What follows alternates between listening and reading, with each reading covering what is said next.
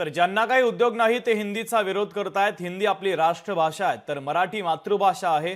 उपमुख्यमंत्री अजित पवारांनी नाव न घेता राज ठाकरे यांच्यावर टोलेबाजी केलेली आहे। ज्यांना काही उद्योग शिल्लक नाही ते हिंदी भाषेचा विरोध करतायत। हिंदी आपली राष्ट्रभाषा आहे, मराठी आपली मातृभाषा आहे, तसंच इंग्रजी ही जागतिक भाषा आहे।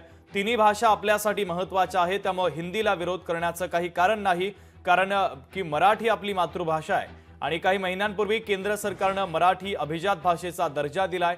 त्यामुळे ज्यांच्याकडे काही उद्योग नाही ते हिंदी भाषेला विरोध करतायत अशी टीका अजित पवार यांनी नाव न घेता राज ठाकरे यांच्यावर केलेली आहे।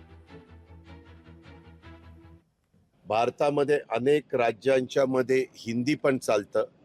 काही जण म्हणतात ती राष्ट्रभाषा आहे, पण त्याच्यावर वाद आहे। मला त्या वादात शिरायचं नाही।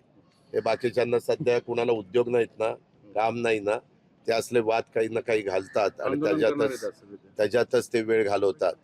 आणि इंग्रजी ही जगात बहुतेक देशामध्ये चालते, त्याच्यामुळं ती पण भाषा आली पाहिजे। अशा तिन्ही भाषेला महत्व आहे, पण शेवटी आपली स्वतःची मातृभाषा तिला नंबर 1चं स्थान आहे। लोकशाही मराठी ऐका, पहा, जागरूक रहा।